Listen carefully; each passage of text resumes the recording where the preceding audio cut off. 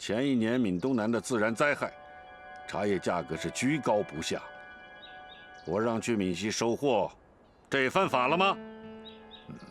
道理上说得通。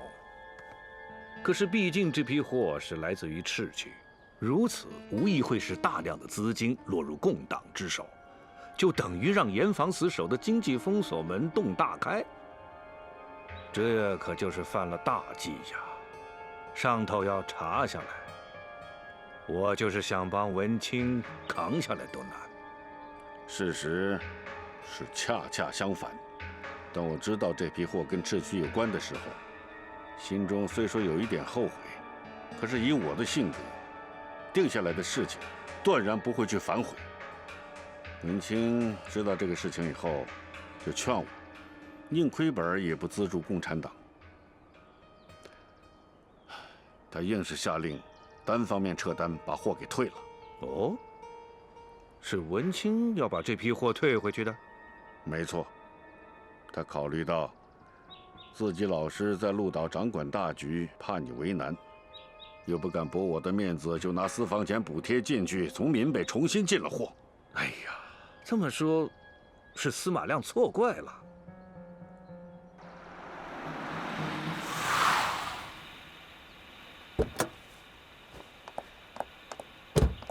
杨部长，这次的事不是抓我们的人就能掩盖过去的吧？我已经拿到了真凭实据，打劫范家货物的并不是天狼山的土匪，而是稽查处的人装扮的。这把枪跟子弹就是最好的证物。杨务长，原本有些话我不想说，看来这些年你官是越做越大，可用人方面并没有长进，我算是看走眼了。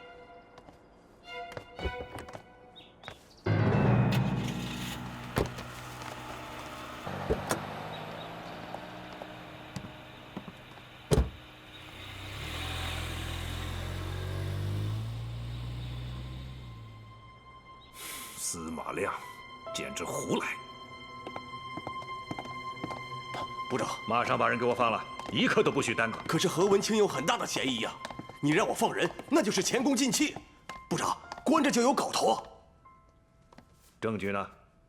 啊？司马亮，我可警告你，这次要是范公不跟我去南阳募捐，你吃不了兜着走。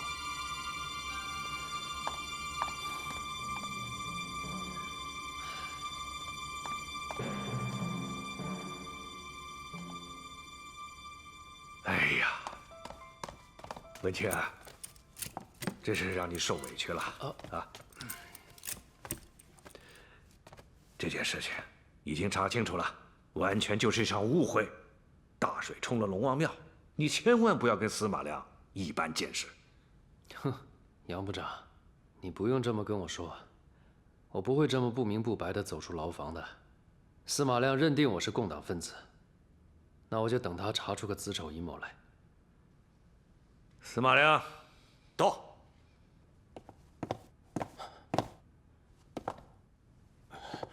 何老板，您大人有大量，都是我们稽查处搞错了，都是我犯了浑，您就原谅我一次吧。杨部长，可见司马亮是在挟私报复，您说，对他怎么处理啊？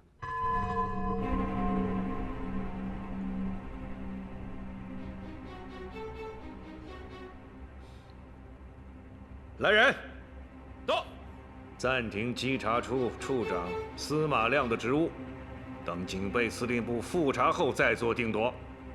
是。文清，这样处理，你可以接受吧？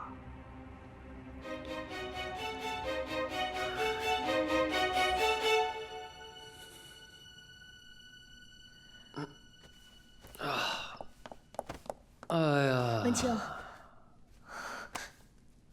他们打你哪里了？我看一下，这里疼不疼？你哪里疼啊？让我看一下，这里有没有伤啊？啊，怎么会这么倒霉啊？啊，这里疼不疼啊？凤姐，你过去帮我好好检查检查。啊？那帮家伙要是把我哪个零件弄坏了，回头我一定找他算账去。来，哎呀，来，快帮我检查一下，快！嗨，捉弄我很好玩是吧？你知不知道老爸费了多大的劲儿才把你救回来的？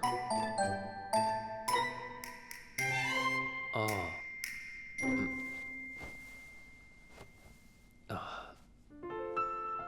哎呀，这个我完全能想到，他老人家肯定不顾一切的去找杨玉轩理论。我也知道你呢，同样费了不少的心思，我真的很抱歉啊。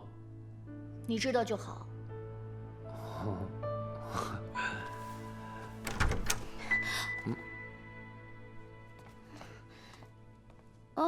不好意思，顾叶小姐，这位是徐医生，是老爷特地交代给顾叶看病的。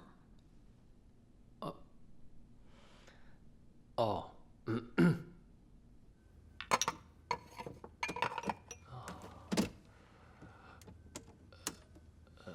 谢谢徐医生，让您费心了。哪的话，吴中立走前跟我说过的，以后你家医治方面有需要帮忙的，直接找我就行了。非常感谢。翠儿，安排司机送医生回去。是顾爷，徐医生请。好，徐医生，多谢了啊！你这个软骨头，受点刑就把别人给招了。你胡说八道！我要是当了叛徒，还至于挨这么多鞭子吗？那你个招供状是怎么回事？是白狗子的离间计，这你都看不出来？傻子才上当呢！亏你好意思来问我！哼，这趟下来，我看你是没有资格审查我了。你坐下。好啊，好你个何文清！要这么说，我立刻向上级申请对我本人进行调查。还有，不急啊！你这段时间什么事儿也别干了，专心养病。至于那个账，咱慢慢算。臭小子，你这是赤裸裸的报复啊！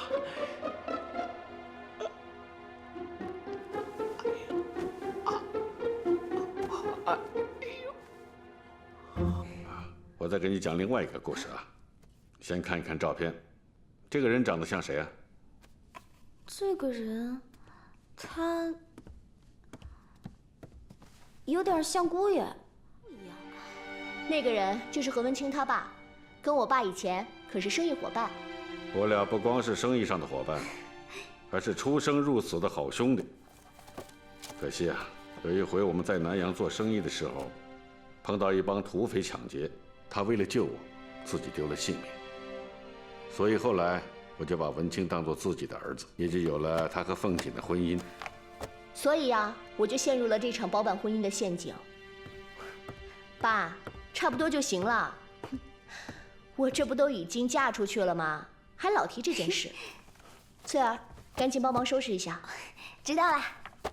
凤锦，我可要正儿八经地问你一句话：我退休以后正式接管范氏企业，你有没有兴趣啊？爸，你女儿还是很有自知之明的，赚钱这个事情我一点都不想。你还是去找何文清吧。这可是你自己说的，到时候不许给我出尔反尔，对文清指手画脚的啊！我知道了，爸。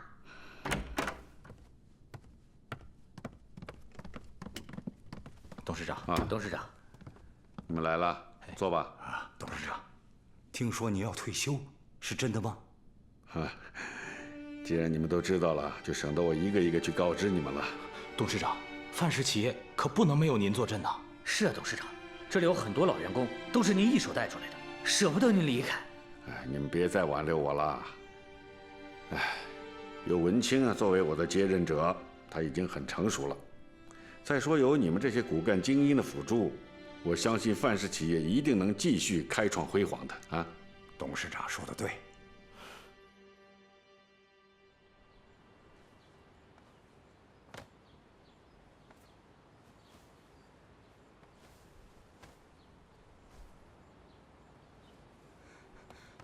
老爷，老爷，杨部长来电话，让您赶快听收音机，好像日本人在东北和咱们打起来了。什么？有这种事？真的，他就这么说的。那可不得了了，赶紧叫凤锦跟文清到书房来。哎，好，好，好。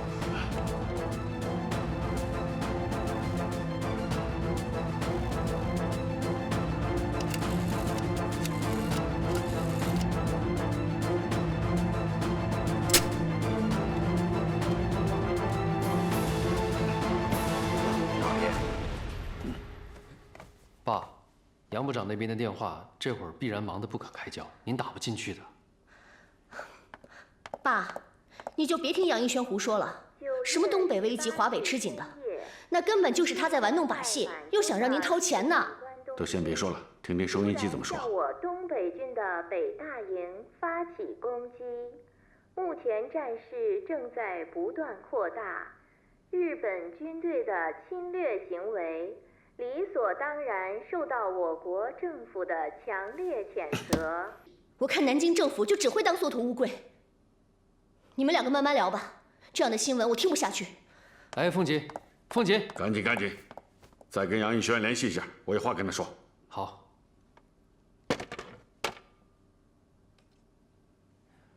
爸，您是要跟杨部长谈南洋筹款的事吗？对。国难当头，我们虽然身为商人，但能袖手旁观吗？哎，当前的南京政府不会把精力投向抗日战场的。就算你有一片报国之心，最终还是等于帮他们做嫁衣呀。你刚才也听到广播了，这是国难当头，我们必须要真心的相信国民政府，这一次他们肯定会带领全国同胞奋起抗战的。可据我所知，蒋委员长在南昌忙于摆兵布阵，摆出了一副和红军决一死战的架势。您去南洋筹来多少钱，最终还是用于内战呢？你别再跟我说这些，我管他什么国民党、共产党，身为国人，岂能熟视无睹？我必须得管。哎，爸。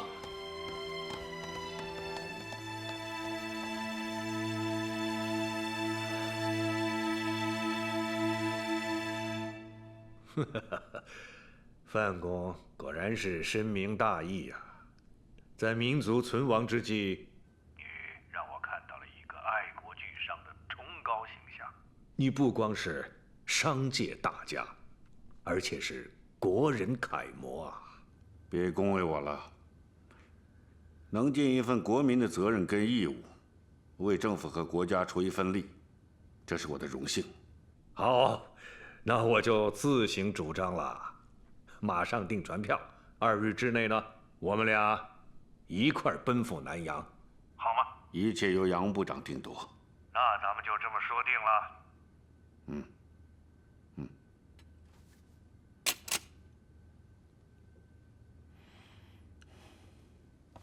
爸，我想您还是全盘考虑一下，不能轻易答应杨逸轩。更何况海上颠簸多日，您身体也吃不消了。国家兴亡，匹夫有责，你别再劝阻，我已经决定了。蒋介石定下攘外必先安内，至少现在不会去打日本人。就算您帮着筹到更多的钱，其实也是帮他们用来打击异己呀。国家危难已经到了这个份上，我不当旁观者。我相信凤锦也不会同意您去南洋的。不管怎么样，您不可以让杨逸轩左右。爸，我支持您去南洋。哎，看见没有，女儿跟我站在一条阵线上了，现在是2比1呀。但是得有个前提条件，我必须要跟你一起去，不然我就改变主意了。南洋是我的老地盘，我熟门熟路的，你们不必替我担心。反而是国内的这些企业工厂如何去打理，你要认真协助文清，回头我要检查的哟。早知是这样，我就不给您投赞成票了。哼。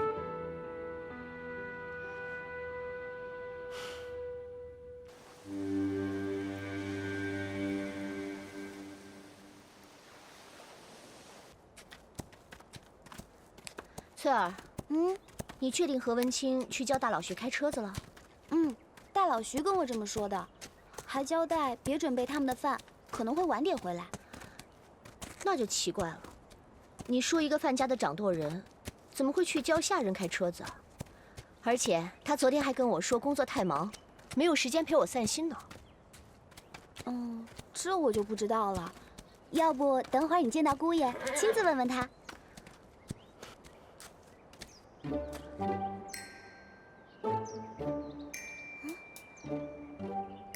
你待着，我去看看。好。同志，你怎么就不明白呢？我跟你说了这么多，你为什么就听不进去呢？你向组织表个态不行吗？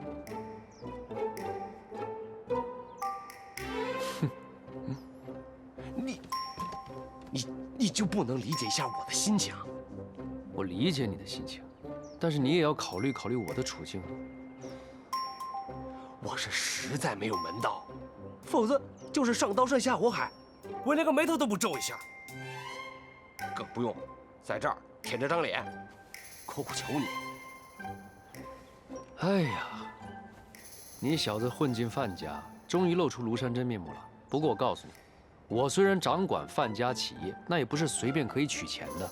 我又没让你搬座金山。风景来了，你这个榆木脑袋，什么时候才能开窍？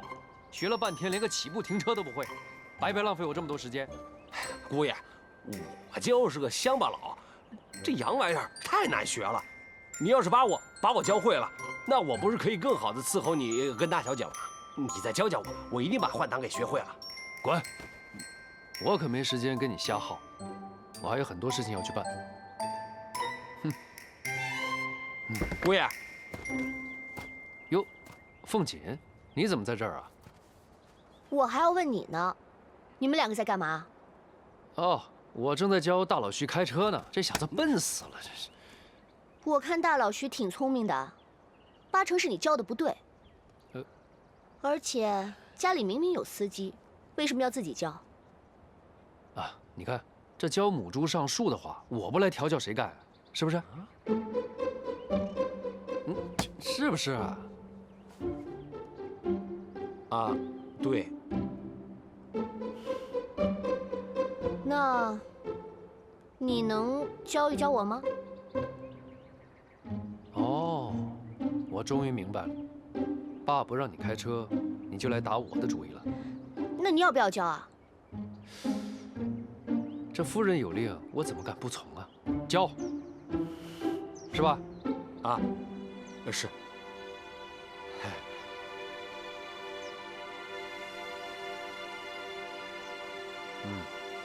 啊，嗨，看我这猪脑子，差点把正事给忘了。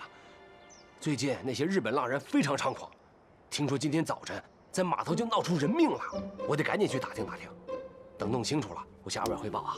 嘿嘿，这小子这么快变聪明了，是吧？还不快走！哎，得令。姑爷，大小姐，我先走了。哦。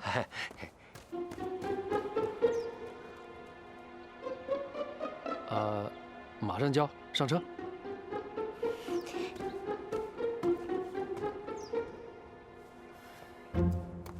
老板，这张您看完准满意。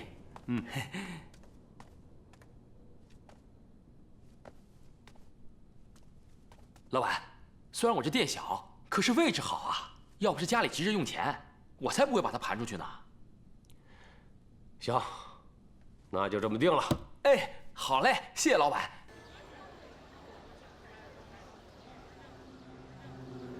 听说东北军一旦未发，就退到了关内。现在军队都是这个样子，我们捐再多的钱有个屁用啊！对呀，就是啊，说的是啊，就是根本没什么用。各位，大家说的都很有道理。关于募捐一事，我跟你们的老会长交流过很多次，大家不妨听听他的意见。好。各位乡亲，刚才杨部长说到，当下正逢国难当头，我借用古人的一句话：“位卑未敢忘忧国。”各位乡亲，虽然常年居住在海外，但是别忘了，大家的根还在中国。当我们的祖国遭到外敌入侵时，我们能够置身事外吗？我们能够完全坐视不管吗？刚才这位弟兄说，为什么东北军一枪未发就退到关内来了？我认为那是因为东北军太懦弱，我们的军械太陈旧，日本军队训练有素，武器精良，我们拿什么跟他们正面硬拼呢？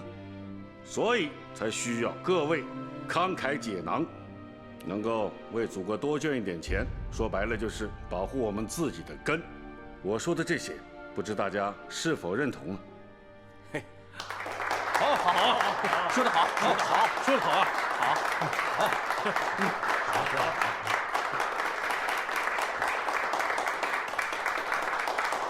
各位，我还想跟大家说一件事。范公一向是身体力行，从同盟会到至今，他已经为国家捐献了数百万之巨。真是有魄力啊！是，捐了这么多。就在昨天，他又把南阳橡胶厂2年的利润全部给贡献了出来。哎，这么多，钱财何足挂齿啊！能够为国家分忧解难，我相信各位都会踊跃的捐钱捐物。对，好，说得对，好，谢谢。杨某感谢在座的各位，为了国家，谢谢。老乡，你这皮子，我出2块大洋。老板，这可是上好的皮子，多加点儿。哎呀，老乡，你要不信，可以去别家看看，不一定能给这个数。行吧，那就2块吧。得，成交了啊！嘿，来拿着，谢了。慢走啊！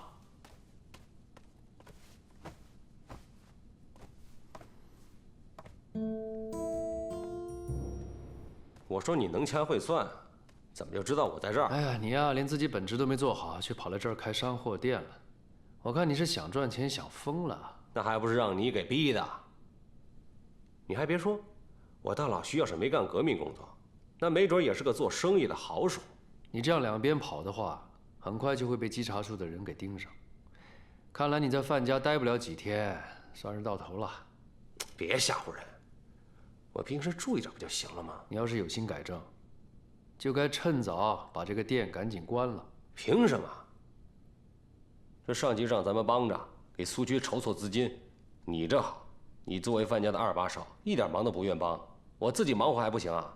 我好不容易把这小店给忙活起来了，我不关。你以为开这么个商货店赚点小钱就能解决问题了？那我不用再为你操心了，就让组织上听你的好消息吧。哎，别这么说呀！你说咱俩能分开吗？你别忘了，老林还让我考察某人呢。就凭你，我想你还是先检查检查自己吧。你要是能听得进去的话，我就给你个忠告，马上把店关了。文清同志，你不觉得自己太武断了吗？是我这小店挣不了几个钱，可是这儿咋说也是很好的联络点啊，关门大吉太可惜了。要不我找个人帮忙盯着？那好，你有合适的人选吗？王六咋样？王六，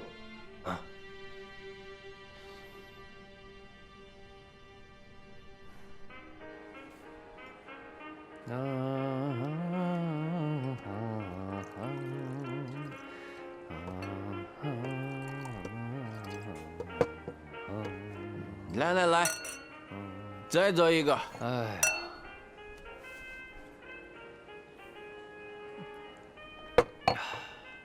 呀，哎，不能喝了，这一大早就让我陪你喝酒，我这身体可受不了。来吧，坦白说，我不把你灌醉，到哪里去赚钱？我们还是清醒的时候谈生意比较好。那行，我先给你偷个底。知道乌纱在国际市场多值钱吗？这个我没有接触过。怎么，你做的生意开始转向了？没错，我告诉你吧，这玩意儿是军事工业的必需原料，在欧美市场上一直是稀缺货源。我曾听范老板说，密西甘南这一带乌沙蕴藏量丰富，如果你能搞到货源，咱们可以好好赚一笔。想想办法应该不难，但你那头要保证销路啊。那不是小菜一碟嘛？咱们说好了，你搞货，我疏通销售渠道，有钱各两对半分。好，一言为定。你还很清醒嘛，一点都没醉。哎，都说追求利益是商家的本性，我要是醉了，你这生意不白谈了吗？你真有你的。张旅长，这么大量的乌沙堆在这儿，实在是有些可惜啊。乌沙属于管控物资，那些没有门路的商人，即便想得流口水，也得不到1斤半两。何老弟，你对我这批乌沙还满意吗？如果这些乌沙我都要了，你能否给个好价钱呢？这么大的买卖还真是头一回。你们范家经商有道，就由你来出个价吧。哼，那我跟他商量一下啊。好。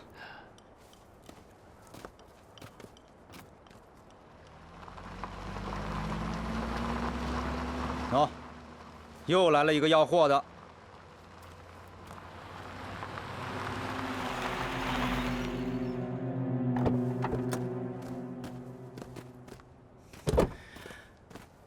张旅长，这批货我可是几天前就跟你打过招呼的，你怎么又找来别人？你什么意思啊？哎，耿老弟，何少爷是熊司令介绍来的，我总不能不给面子吧？好女不许配两家，这个道理张旅长应该不会不懂吧？今天我定金都带来了，咱们就按原先说好的价格签合同吧。张旅长，这是怎么回事？你们2位都是我张某的朋友，看来卖给哪一家都会得罪另外一家。要不这样，咱们不如来个公平竞标，你们看怎么样？爹，这范家财大气粗，跟他们竞标，明摆着要吃亏的。没想到姓张的竟然来这手，是我小瞧他了。但是今天说什么都不能输，一定要赢。那咱们准备出多少？15万。15万啊，是不是太多了，爹？唉，事到如今，舍不得孩子套不住狼，先把合同拿下来再说。这是一桩赚大钱的买卖，断没有放弃的道理。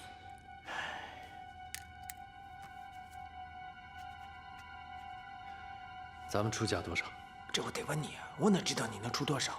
我跟你说，我只有15万的投资权。什么？你没搞错吧？你不要太抠门，否则拿不到乌沙。写，听我的没错。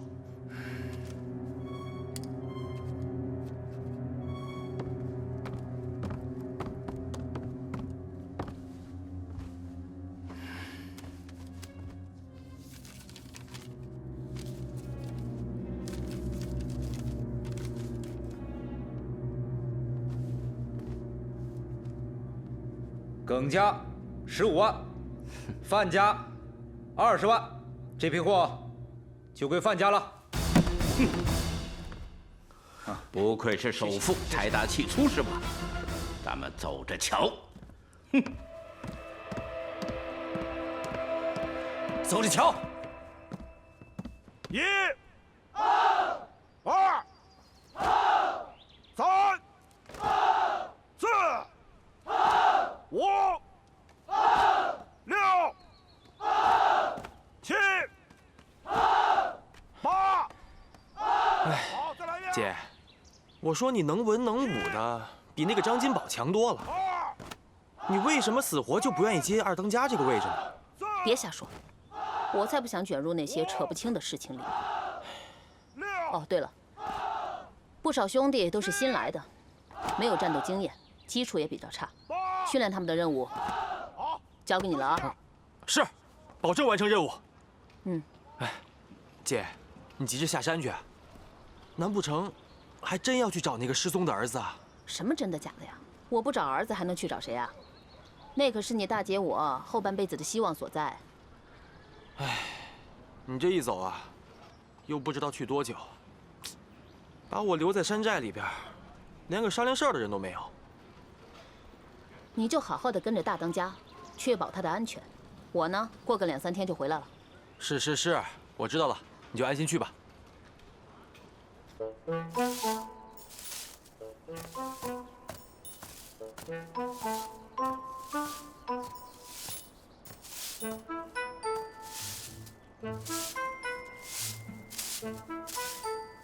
哎呀，我看有人是在闹情绪啊！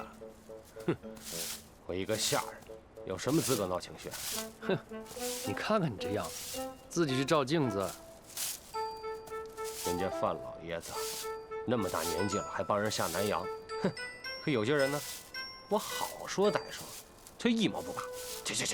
哎，你敢大包大揽的接下任务，就应该自己想办法去解决，何必又来求人呢？对不对？你要这么说也行。哎，我大不了走人呗，是吧？哼，你如果有别的来钱渠道，那就尽管去；你要是没有的话，那就乖乖听我的，干好你的本职。你什么意思啊？到时候你就知道了。哎呀，我盼星星盼月亮，总算盼来一线希望了。哎，何文清同志，你真是太伟大了！哎，你这想干什么呀？你先别高兴太早，这事儿如果被凤姐知道了，到时候谁都帮不了你。哎呦，那照你这么说，我在范家就要带出成果了。哎，那就诚心祝你早日光荣完成任务。嘿嘿。你现在最重要的就是把这张臭嘴闭上。哎呀，矿上基础设施很一般啊。是啊，这边还没动啊，刚做了规划。那就先别动了。哎，早知道这么无聊，就不跟你来了。哎呀，咱们来这儿是为了工作，不是来游山玩水呀。后悔了吧？看你以后还跟不跟我来。那边啊，我们正在做新的规划。那边啊，那边。哎，凤姐，注意安全！大老徐，快追上去！哎，撤！要确保他安全。撤！早就听闻夫人骑术一绝，今日一见，果然了得。我那口子从小就爱骑马。哎，张旅长布在矿道口的士兵已经撤了，咱们去看看乌纱的生产情况吧。哎，好，我带路，走这边啊。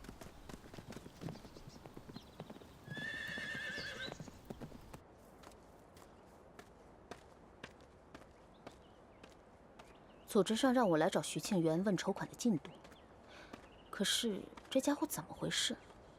为什么到现在为止1毛钱都没有弄到？撤！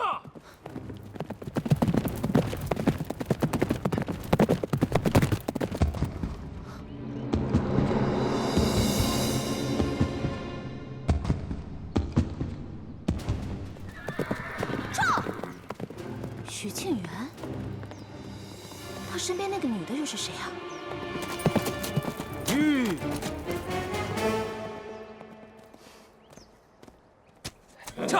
撤！英子，果然是你啊！好啊，姓徐的，你这做地下工作就是陪美女来骑马的？说哪儿去了？哎呀，我这就是工作，别啰嗦了。是不是又来布置什么新任务？你还好意思问这些？林部长好些天都联系不上你，又苦等你筹的资金，可是把苏区那头急坏了。哎呀，说起筹钱，谈何容易啊！谁心里不急啊？哎，对了，你待在天狼山土匪窝里怎么样？顺利吗？做收编的工作，哪有在战场上冲杀来的痛快啊？不过，我也改变了观点，喜欢上天狼山了，只求一步步打好基础吧。不赖，我相信啊，很快你就能给咱们红军增加1个营的兵力。哎，你看，我在白区筹钱，你在土匪窝里招安，咱们夫妻俩算是选择了最难的差事。哎呦，我们对革命贡献大了去了。看把你美的！赶紧说一说咱家孩子的情况。嗯。冲！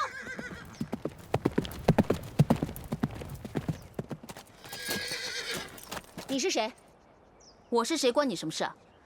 一个妇道人家出现在荒山野岭，不是贼就是匪。你不也在这儿吗？难道你也是？我看你跟我保镖两个偷偷摸摸、勾勾搭搭的，你分明就不是好人。你们刚才一起骑马，这么说你也不是好人？我看你嘴巴挺硬嘛。哎，大小姐，您误会了，他不是坏人。我看你们俩之间肯定有什么名堂。他是我老乡，我们以前就认识。你看他一个妇道人家出门，说来也挺可怜的。认识？那好，你把他绑起来押回去。啊？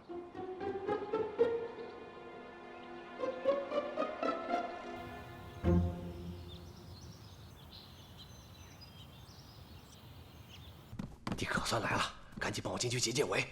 里边那个女的叫黄国英，是我婆娘，她是自己人。你有婆娘？怎么没听你提过？哎呀，我以后再跟你解释。你老婆正在修理我那口子，快！你说不说？哎，凤锦，怎么了？出什么事儿？哟，这个人我好像在哪儿见过。你也是黄埔军校毕业的吧？我当时在女兵队，咱们在广州见过面。哦，对，那已经是5年前的事儿了。哎，你怎么会莫名出现在此地呢？我来找人的。你分明就是从天狼山方向来的，谁不知那是土匪窝？你别想抵赖了。范小姐，有些事情我一下说不清楚，就算说了，你也不一定会相信。哎，大小姐，我这个老乡是个地道的好人，绝对不会干那些杀人越货的事儿。哎，凤姐，你看大老徐都说到这份上了，我看还是把人给放了吧。不行，大老徐跟他关系不一般呢。就算他是大老徐的小相好，那也不关我们什么事儿。哎呀，凤姐，我看你警惕性也太高了。即便人家是从土匪窝出来的，那也不能确定他绝对就是坏人呢。而且你现在又怀疑上大老徐，那更有些勉强了，对不对？哎，大老徐，哎，行了，你赶紧把人领走吧。走了。哎，谢谢姑爷，谢谢大小姐。哎，快走。哎，走。哎呀，凤姐。哎，对了，林经理都已经让人把饭菜给做好了，咱们赶紧去吃吧。不吃，气都被你气饱了。哎，凤姐。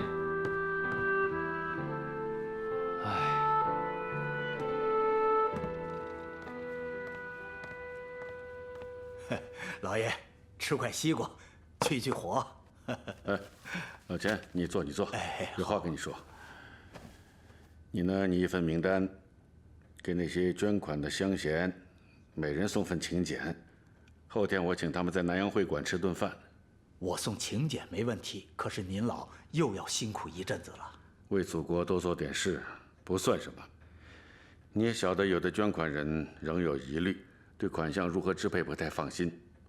我要成立一个基金会，主要是保障这笔钱能够完全用在抗日上头。是，您老考虑的无比周到，那真是心细如发。我这就去办啊。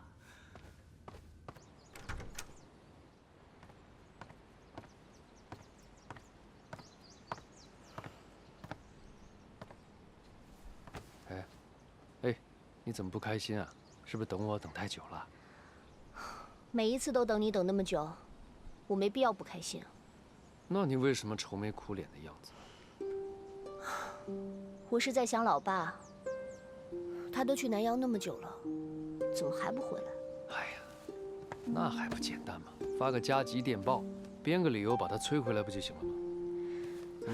你嘴里说的好听，心里面想的肯定是让我爸在那边多待些日子，好让他给你那个不地道的老师多募捐。你看你这话说的，我恨不得老爸明天就回来。哎呀，我现在最担心他的身体，就怕他吃不消。我也是这么想的。哎呀，还是别讲这事儿了。这样吧，今晚咱们去看卓别林的电影，好不好？哎，走。哎，你我鞭长莫及，担心也没用。好在有钱管家照顾着，而且听说事情还很顺利呢。啊？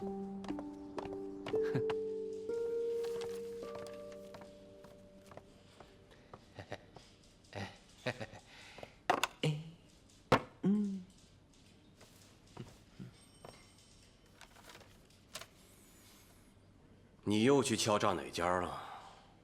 我在您心目中怎么就跟个土匪似的呀？这回没敲人，耿大勇送的上好的鼻烟壶。咱把他儿子收拾了以后，您看见没有？人家不光不记仇，反而把您当皇上了。一到初一十五就送礼，定期来贿赂。俗话说，吃人家的嘴软，拿人家的手短，一点都没错。说吧，耿大勇又求你办什么事儿了？耿大勇啊，一心想干那乌纱生意，据说是谈了一半，被何文清横插一杠子，所以他就想借稽查处的手去找范家。你好糊涂啊！多烫手的你都敢接？不，楚所，我接这事儿很对头呀。您想啊，杨逸轩不在鹿岛，咱们正好一显身手啊。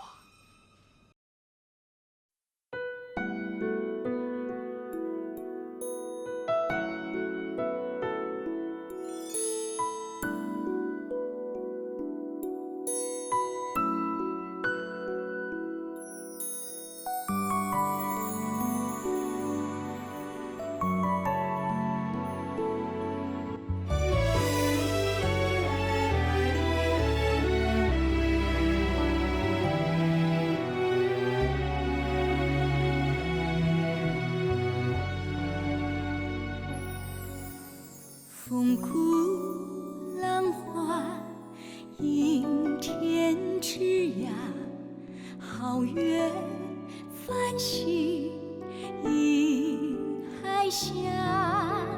远方依然他期盼你的到达，冲破滔天巨浪，带他回家。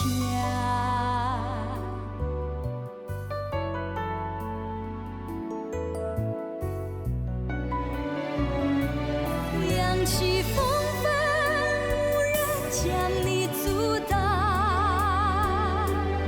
为爱起航，指引你心中不变的信仰。当浩瀚苍茫中找不到方向，燎原星火会发出光芒。扬起风帆，驶向出生的朝阳。乘风破浪，守护你心中不变的信仰。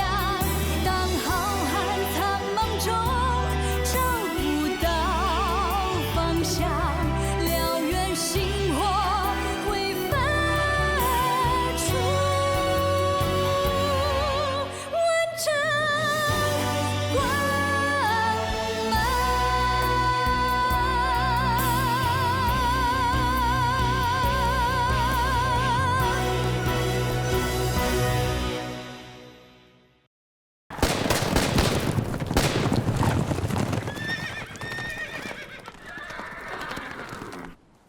你们是什么人？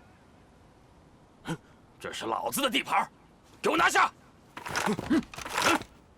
我这次是专程来看你的。